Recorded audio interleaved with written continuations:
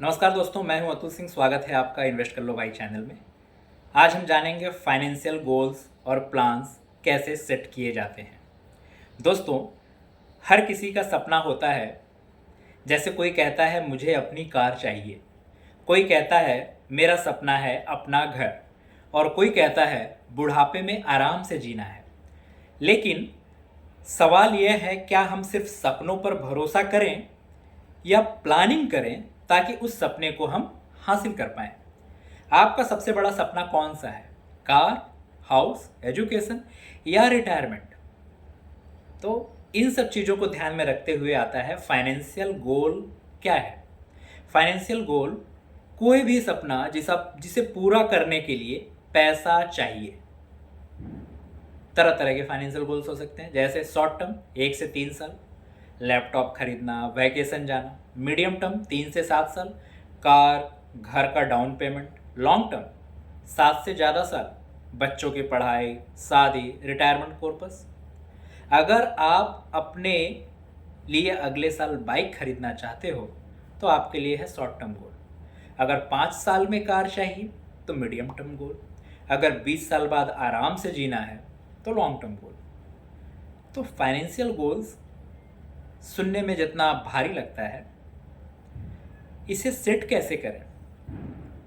Smart rule: specific, measurable, achievable, relevant and town bound. मतलब आपको पता होना चाहिए क्या करना है, किस अनुपात में करना है, क्या चाहिए, क्या जरूरी है और कितने समय में कर सकते हैं। वैल्यू निकालिए।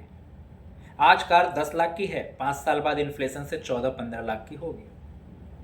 टारगेट अमाउंट फिक्स कीजिए, आज के हिसाब से नहीं, इन्फ्लेशन को लेकर आने वाले समय में उसका क्या दाम होगा।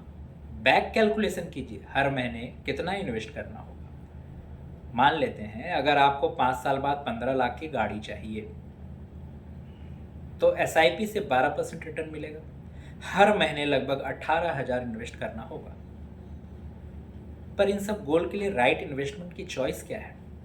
Short term goals: fix deposit, recurring deposit, liquid mutual fund जो सेफ होते हैं। Medium term goals: debt plus hybrid mutual funds. Long term goals: equity mutual funds, stocks, NPS, PPF।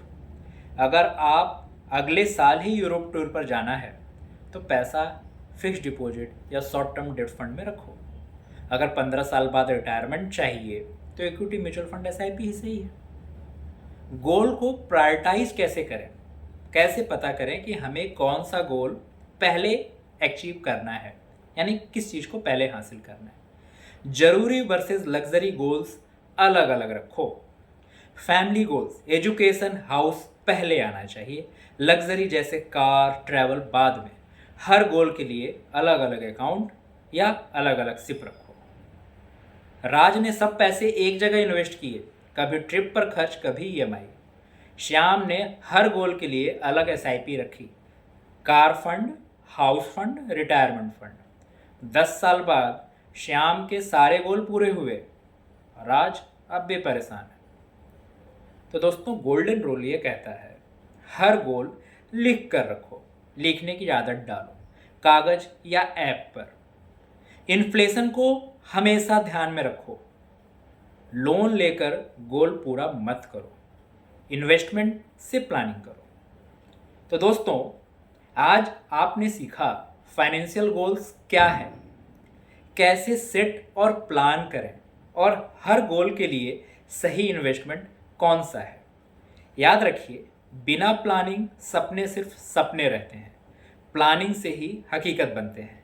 अगले एपिसोड में हम सीखेंगे चिल्ड्रंस फ्यूचर प्लानिंग, बच्चों के भविष्य की प्लानिंग, यानी बच्चों की पढ़ाई और शादी के लिए पैसा कैसे जोड़ें, यानी फैमिली के लिए सबसे बड़े गोल्स में से एक। तब तक के लिए अलविदा, धन्यवाद।